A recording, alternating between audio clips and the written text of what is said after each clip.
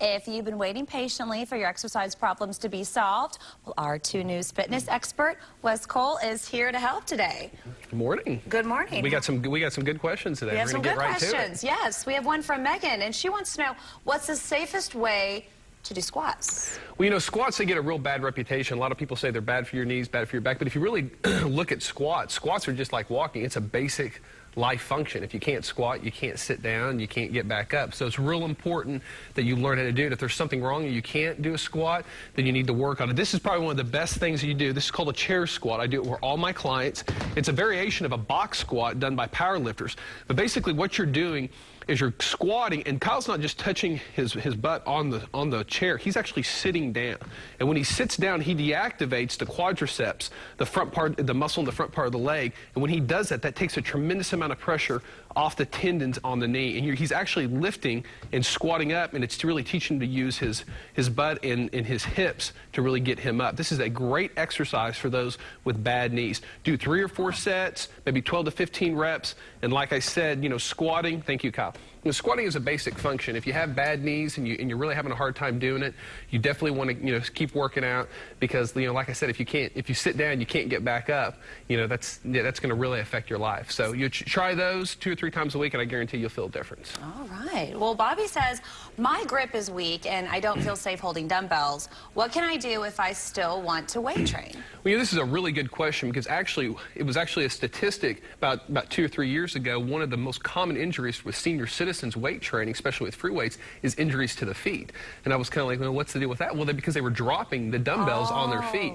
So you want to be very careful. I am very wary of people that have weak grips and they're using dumbbells. This is where machines can really come into play. A lot of people say, well, machines aren't as good as free weights, but they do have their place. If you can't afford weight machines or you don't have the room, that's when you want to think about TheraBands. We've all seen the rubber band exercise. The cool thing about that is I have a lot of clients that a little bit older, and sometimes that's all that I really work with them with. And there's all different levels you can do it. And like I said, the worst thing that can happen is it kind of get out from under you, it kind of smack you a little bit. But it's not like dropping on your foot. Yeah. It won't feel great, but it's not going to cause any major damage. So look at getting some TheraBands. You can get them just about any sporting goods store. All right. Well, our next question, John asks, I'm working out hard 3 times a week with dumbbells, and I haven't gained any weight. I've been skinny all my life. How do I put on muscle mass? Well, coming from a former skinny guy that really wanted to put on muscle, I tell people all the time that people that come to me and they really want to put on weight, they just tend to not eat as much as they think they do. Just like someone that wants to lose some weight and they tell me they don't really eat that much, they tend to eat a lot more than they think. If you want to put on weight, if you want to put on muscle, you got to eat. I mean, you can't eat junk food. You got to get your protein, your good carbohydrates, but you got to put in some extra calories, because your body is just not going to add extra tissue, especially something as costly and metabolically costly as muscle, if it doesn't have a surplus of calories. So try to eat. If you don't have a if you're not really hungry all the time, look at protein shakes, something with a little bit more calories, but you gotta, get a surplus of calories, or you're gonna be wasting your time in the gym. Extra calories, all right. Extra calories. Well, Phil wants to know, I've been meaning to start exercising for weeks now, but I can't seem to get motivated. Do you have any suggestions? Well, I talk about this in my upcoming book. I tell a lot of people, I've seen a lot of people when they first get started working out, I highly recommend group training classes.